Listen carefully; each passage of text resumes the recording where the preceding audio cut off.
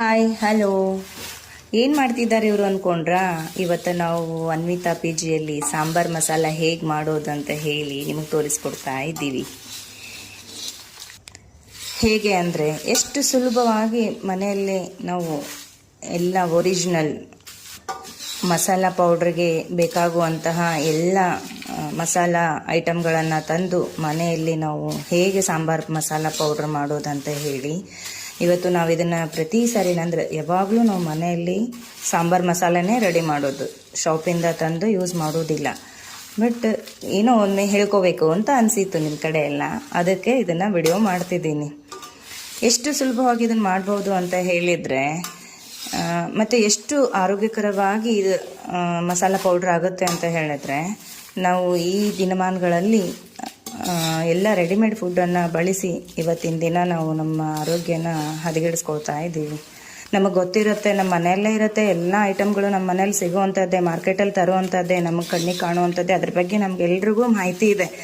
ಆದರೂ ಕೂಡ ನಾವು ಅದನ್ನು ಮಾಡೋದಿಲ್ಲ. ನಾವು ಮಾಡಲಿಕ್ಕೆ ಟೈಮ್ ಇಲ್ಲ ಮಾಡಲಿಕ್ಕೆ ಇಂಟ್ರೆಸ್ಟ್ ಇಲ್ಲ, ಎಲ್ಲ ರೆಡಿಮೇಡಾಗಿ ತಂದು ಮಾಡಿದರೆ ಆಯಿತು ಅನ್ನೋ ಒಂದು ವಿಚಾರ ನಮ್ಮಲ್ಲಿರೋದ್ರಿಂದ ನಾವು ಇವತ್ತಿನ ದಿನ ನಮ್ಮ ಹೆಲ್ತನ್ನು, ನಮ್ಮ ಆರೋಗ್ಯವನ್ನು ಹಾಳು ಮಾಡ್ಕೊಳ್ತಾ ಇದ್ದೀವಿ.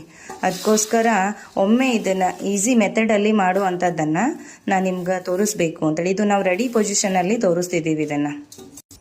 ಇದನ್ನು ಹೇಗೆ ಮಾಡೋದು ಅಂತ ಹೇಳಿದ್ರೆ, ಒಂದು ಏನು ಕರು ಬಾಳಿಗೆ ಹೇಳ್ತೀವಲ್ಲ, ಆ ಕರು ಬಾಳಿಗೆಯಲ್ಲಿ ಎಣ್ಣೆ ಹಾಕ್ಕೊಂಡು ಇದಕ್ಕೆ ಫಸ್ಟ್ ಮೆಣಸುಕಾಳು, ಮೆಂತೆಕಾಳು ಒಂದೊಂದಾಗಿ ಹಾಕ್ಕೋಬೇಕು.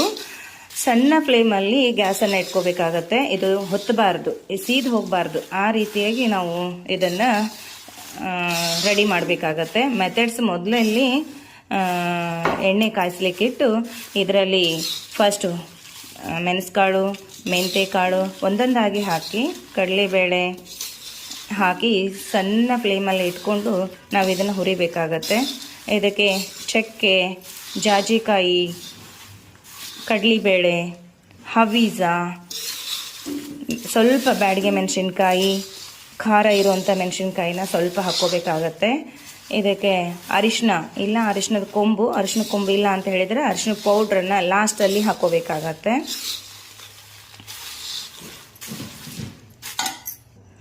ಈ ಸಾಂಬಾರ್ ಮಸಾಲೆಗೆ ತುಂಬ ಐಟಮ್ಗಳೇನು ಬೇಕಾಗೋದಿಲ್ಲ.